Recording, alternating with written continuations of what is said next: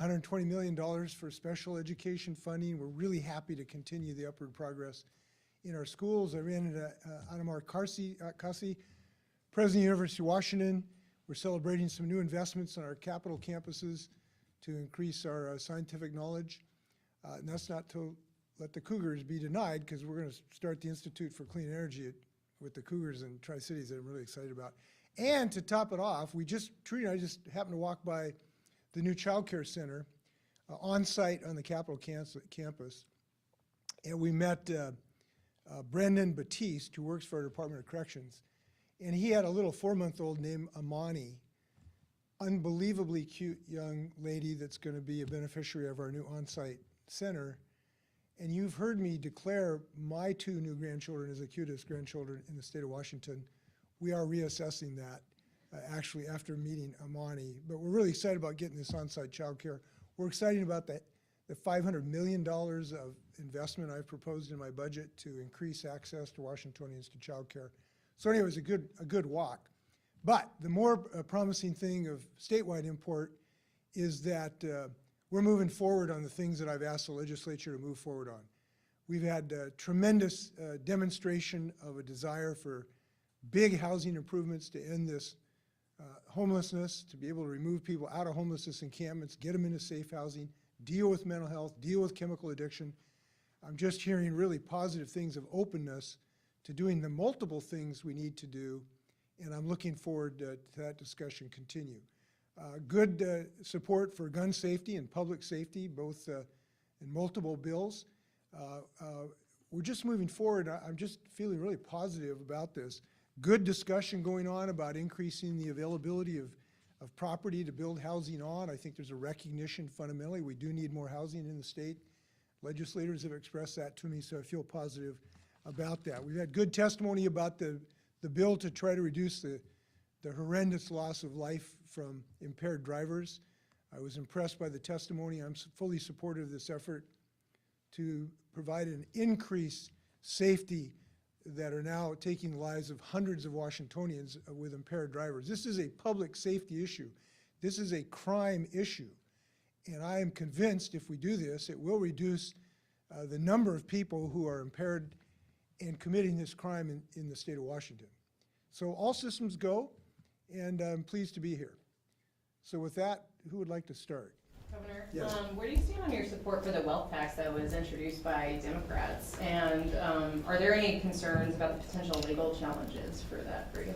Well, first off, let me say I'm appreciative of the leadership that are bringing ideas to bring more equity to our state. We've made progress. We've got the tax cut that's going to 400,000 folks in lower income brackets. And I'm very pleased on that. That's going to get $1,200 in the pockets of lower income people. That restores a little equity in our system. We've embraced the capital gains tax, which has put the burden not on middle class working people, but those of considerable wealth. So first off, I want to express my appreciation for leaders who are continuing to think about this issue. So I'm not opposed to this concept of a property tax on intangible assets, also called a wealth tax. I haven't seen the specifics of it. I'm not opposed to it. I'm going to continue these discussions with legislators. And you ask about enforceability. From my relatively cursory review, I think it meets all the constitutional requirements in the state of Washington. I haven't seen full briefing on that, but I don't see any constitutional hurdles. There are, like any new revenue source, issues of enforcement, how it's enforced, who exactly could be covered by it. It's going to be the ultra wealthy, I know, under the proposals. So those questions are things that I'll look forward to talking to legislators about. Governor, another piece of legislation this week on the Blake fix. Yes. I think that by Jesse Solomon, and I think the idea, and some others bipartisan, John Braun's on there, I think Christine Willis. I think the idea is it would keep a gross misdemeanor, but then have like a suspended sentence or time served if you successfully complete treatment. Is that a proposal that you favor, or sort of a broad approach for trying to get a fix on this? So I haven't looked at the specifics, but that general concept, we want to get people into treatment. We want them to break their chemical addiction behavior. We want to get them the treatment that we know that works.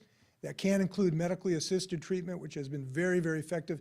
That's what we really want to get people ultimately to break this addictive behavior. But I do believe having some potential criminal sanction to have a people for incentive of the folks who aren't willing to get chemical addiction treatment to maintain some method to do that. The kind of thing you've described, a potential kind of a deferred prosecution issue, which has proven successful in our drug courts, the kind of things that I'm interested in. I haven't seen the specifics of the bill, but it sounds like I'm pleased that I think the legislators are heading in the right direction in this regard. Make sure people get treatment, make sure we get them off of drugs, and preserve a mechanism to do that, which might include some sanction for the relatively small people who won't go into treatment. Yeah. Governor, many big city mayors are calling for the preemption law to go through because they want to be able to control some gun control in their own areas. And do you buy that? Do you support that, or do you buy the argument it would create an unfair patchwork of laws throughout the state? On this subject, given the violence we are suffering, I am more inclined to favor reducing gun violence than concerns of that nature. I think the problem is so acute. We are losing hundreds of people to this carnage. What used to be a fist fight is now 2 homicides. And we're seeing that time after time after time in our state. So in general, I would be supportive of an attitude to allow local communities to make this decision. I understand the argument against it, but we cannot allow this carnage to overtake our state. But let me just say, we shouldn't wait for the cities, right? There are 3 bills this year. I understand the one bill that I'm particularly interested that would require some basic safety training. Actually, I think it was the exec data committee the other day. It's making good progress. I'm hearing good things. People understand how important it is. If you're going to have a deadly instrument, having some basic safety training makes sense. And I'm getting good response to that. And I'm very, very pleased by that. But I do want all 3 of these bills to pass. There's no reason they shouldn't. Governor, in your proposed transportation budget, you pushed back the completion of the Spokane, or the North Spokane corridor. There's been a lot of concern in the last week from lawmakers, constituents, including the Spokane Democratic delegation. Mm-hmm. Can you, I guess, explain your decision to do that, and are you looking at other ways to fund that or to keep that funded? Yeah, well, listen, I'm a supporter of this project. In fact, it was originally came up with dollars for it. I've been a supporter since Tom Foley started this project, you know, maybe in the late 60s or 70s. So I hope to move that forward. And yes, we are looking for alternate means to accelerate the project. We would, given our druthers, clearly we would not want to see a delay on the project. What has happened is the Department of Transportation, as with many projects around the state, not just this one, have faced several new conditions that have occurred. Number 1, costs have gone up dramatically. Number 2, revenues have gone down, the money that's available to the state to actually do these projects. And number 3, as a result, the state has had to delay some of these projects because costs have gone up, revenues have gone down, and also the availability of contractors has been constrained as well. So they've had to make some really hard decisions. They made decisions to delay some projects on the Gateway project, I think on Highway 18, both in western and eastern Washington. And these are hard decisions for any community. I do know how concerned the Spokane community is about this. We know how important this is to the community. And I know sometimes people think, well, why Spokane? Well, it's all across the state of Washington. These projects have had to be delayed because higher costs, less money available, less contractors available. And I'm hopeful that we can find something to not have to do this delay. And I'll be working with legislators for any creative ideas they do to avoid this delay. It's an important project. I hope that there's some success there. Governor Inslee, you mentioned the proposal to lower the legal blood alcohol level. We know that that's an effort to reduce impaired driving, save lives. The other argument, though, from small businesses like restaurants, bars, and those who sell alcohol, they say this could put them out of business. Can you share your thoughts on that? Well, we lose hundreds of people to impaired drivers. Innocent.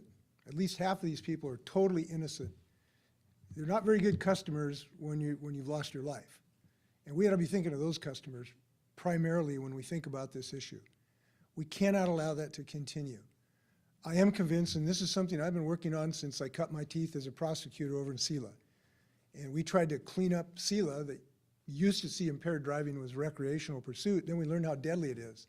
So this has been a long time effort on my behalf, and I'm convinced that this change will encourage people to moderate their drinking and driving. I think it will send a message to people to moderate some of their drinking and driving behavior. So I'm convinced it will save lives over the long term. They've had good success with it in Utah, as you know, and we ought not to be afraid to save lives in this state. And I just don't believe that you can say those hundreds of lives just don't count enough compared to, you know, some of the profits that some business might have. You got to value what's valuable in life. And I just have a hard time having somebody come up to a bar and say, my sister just got killed because of a drunk driver, and have the barkeep saying, well, that's okay, I got to make a buck. It's just not acceptable. So we got to value life in our state. Governor, you've been pushing the right-of-way safety initiative, talking about removing the camps along the right-of-way for quite a bit. WashDOT said took account 2,000 encampments over the last couple of years. Since you started the initiative, the WashDOT says there's only been 13 sites been cleared or in progress of getting cleared, and 225 people have been offered shelter. Yet the city of Seattle seems to be doing removals 3 or 4 a week. Are you happy with the progress that the state is making on the right-of-way clearings? Well, I'm happy that we've used the money efficiently and effectively, and we are moving people, but we have limited dollars. The Department of Transportation only can spend what the legislature will give it. And they've used this effectively and are moving people. They have focused their efforts on some of the larger encampments. If you think of the Dearborn encampment, which was huge at the intersection I-90, 405. So they've really focused their efforts on these really large encampments. But they can only do it with the money that's been allocated. Now, I was very assertive with the legislature to try to get dollars to do this, and we got a slug of dollars, but it's clearly not enough to solve this problem. And let me address why this is expensive. It is not a solution for Washington to clear that encampment in Seattle and simply have those people go back to Woodland Park. That doesn't solve the problem for Washingtonians or people who live in Seattle. You've got to get those people somehow housed to be successful. And that costs money and it takes time. And I wish I could say we could do this on the cheap. A lot of things you can solve without dollars. This is not one of them. Because we have to build housing, because fundamentally we don't have a place for these people to live. There are not enough roofs for people to live in the state of Washington. We need new housing. We need a place for them to go. Many of these people have chemical addiction problems that have to be treated if they're going to succeed. Many of these people have mental health problems that have to be treated.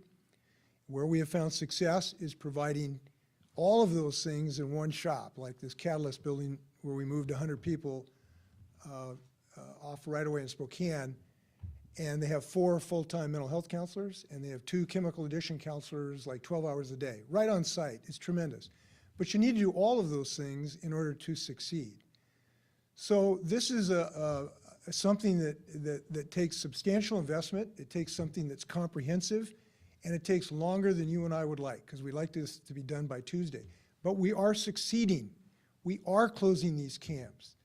Camp Hope is down to maybe 100 people or something in Spokane. We are getting places, but it's limited by the dollars we have available. That needs to increase if we're going to solve this problem, and I'm asking legislators to do that. Just to follow up, the KCRA, the Regional Homelessness Authority, on its website said there have only been 3 right-of-way sites cleared on state property in the year that the initiative has been in place in Seattle. Yeah, those are some of the biggest ones, and if we had 3 times as much money from the legislature, we would have cleared 3 times as many encampments. So they're right. We have not had the investment available to the Department of Transportation to do all of the work we need to do. And the legislature can help address that by making large investments in housing, as I have asked them to do. When we get the money, we get the progress. When we get the money, we get the housing. When we get the money, we get the mental health and the chemical addiction. But if we don't get the money, we don't get any of those things. That's why I'm asking the legislature to step up to the bar and make some difficult decisions to make these investments so we can triple and quintuple and go by a factor of 10 of the work we're doing. Now, here's the reason I mention this. I think it's really important to realize we are moving the needle. We are moving people out of these encampments. We're running in the right direction, but we need to run faster. And I'm asking the legislature to join me in running much faster in this state against this scourge. That's the missing ingredient, is investment. And that's what we need to do.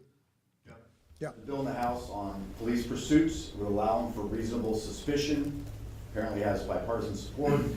It does not have support in the Senate. Senator Dingler says she thinks it's problematic. She does not want more police chases. Where do you fall on this?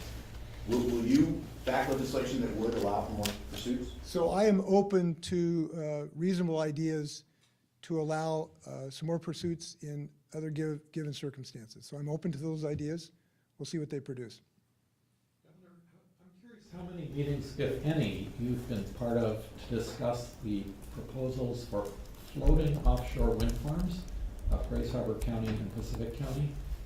And if you have been briefed on that, what was your initial reaction? Well, I've had dozens of discussions about floating wind farms over the years, and I don't know the exact count, but dozens. It's something I've been very interested in for years, as you know. There are tremendous resources off our coastline. The technology is now mature, so they're in the water around the world producing huge amounts of electricity at very, very low cost. And so the technology is now mature to be able to move forward. In order to do so, we have to listen to communities to make siting decisions. That's very important. We need to have collaboration with tribal communities, for instance, who have interests frequently in this. So I haven't had specific things recently about Grays Harbor specifically, but I have an intense interest in finding a way to simultaneously listen to communities and use this asset. It is an enormous asset. We have some of the best wind in the world off the Washington coastline. And it's just free energy willing to be taken. I'm sorry you got me started on this subject, but it's critical. But let me share some view though. But I always believed it would go first in California, as it has. So they've had 5 leases now for offshore wind in California. It's a real thing, it's happening. We always believed it would be first in California because their coastline is closer to the population centers. So you don't have to have a long transmission line from the field to where the population centers are. So we always knew it was going to go first in California, frankly, and work its way north. Tremendous job opportunities in this industry because it's not just engineers who design this, it's welders and steel workers and tugboat crew that'll move things back and forth.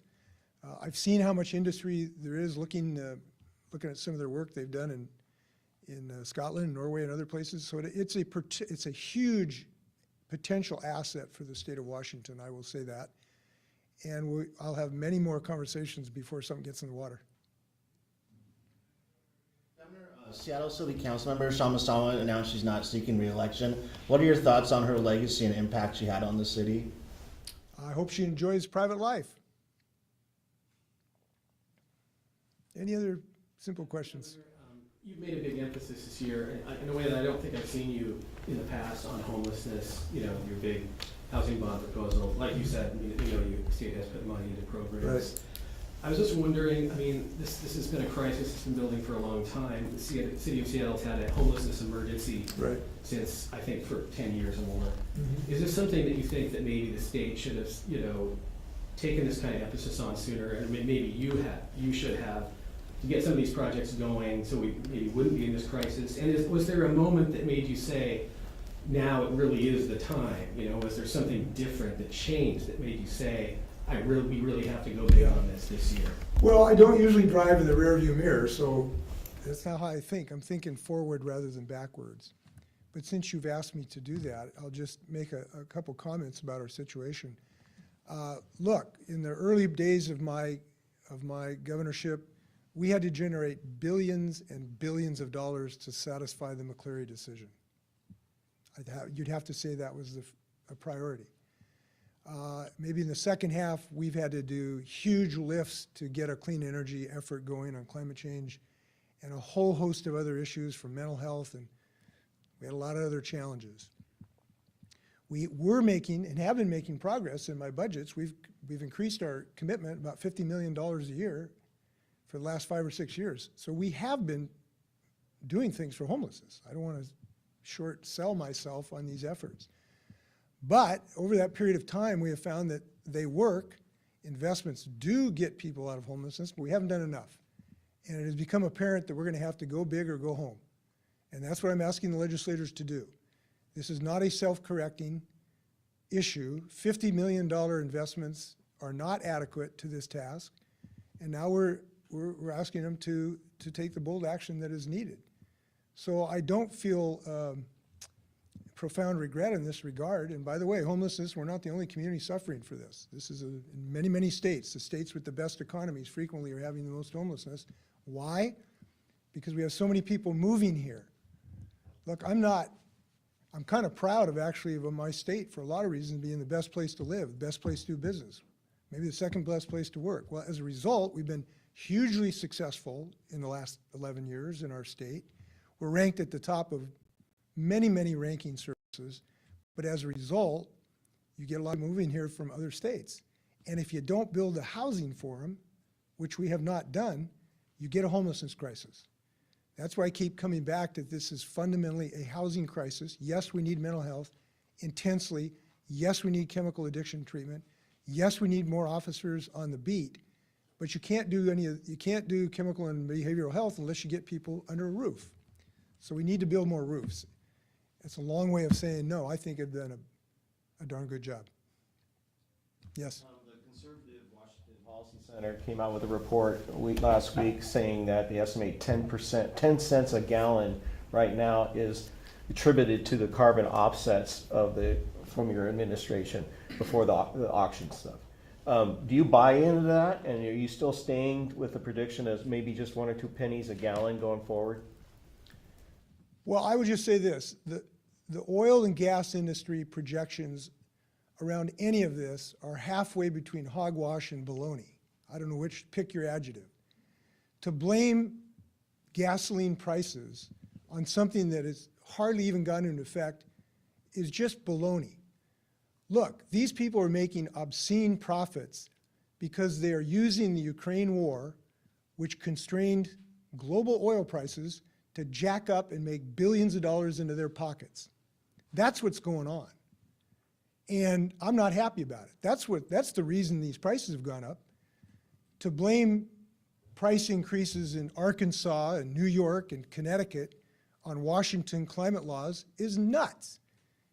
And they have been jacking up their prices in all 50 states. What are the price increases in 49 states got to do with our climate laws? They're raising their prices because they got us over a barrel, because we're still hooked to oil, and they're using the Ukraine war global supply as an excuse. And if you'll notice, I'm not particularly happy about this, and I'll tell you why. This is an industry that has imperiled our lives and the health of our children by massive, deceptive campaigns to try to prevent doing anything about their pollution. And their pollution is killing thousands of people today in our country. Kids with asthma, respiratory disease, mudslides, tornadoes, rainstorms, drought. And they have spent decades lying to the American people about this, and they are continuing to do so. There was a report 3 days ago that looked at the Exxon oil. We're supposed to trust Exxon oil on this subject of gas prices? Exxon oil in 1970, we have now learned, their own scientists predicted what was going to happen to our planet if they continued to pollute. And they predicted exactly what's happening. They knew in 1970 they were causing mortal threats to our lives, and they tried to deceive us, unfortunately, effectively, with deception about this problem. And they are continuing to do so about this gas price issue. And this is a continuing effort to line their pockets and expose our children to this risk because of their pollution. And it will not stand. And fortunately, they're making no progress in Olympia. I am proud to tell you our state is leading the nation in fighting climate change. Legislators here are going to continue to do that. We're not backing up 1 inch on this issue. We're going to protect our children. By the way, I'll send you the Exxon report. It'll boggle your mind what these people did. 1970, they knew they were going to cause mortal threat to life on this planet, and they spent decades lying to us about it. just like the tobacco industry. We saw this movie before in the tobacco industry, and they're continuing it. They're continuing to refuse to take action to move to clean energy. Now they're afraid because they see electric cars coming on here like crazy, right? People know electric cars work really, really well, selling like hotcakes. So they are afraid they're not going to be on this gravy train for another 100 years. Rightfully so. Good luck. Be healthy. Go see that cute kid. She'll make you happy. Thank you.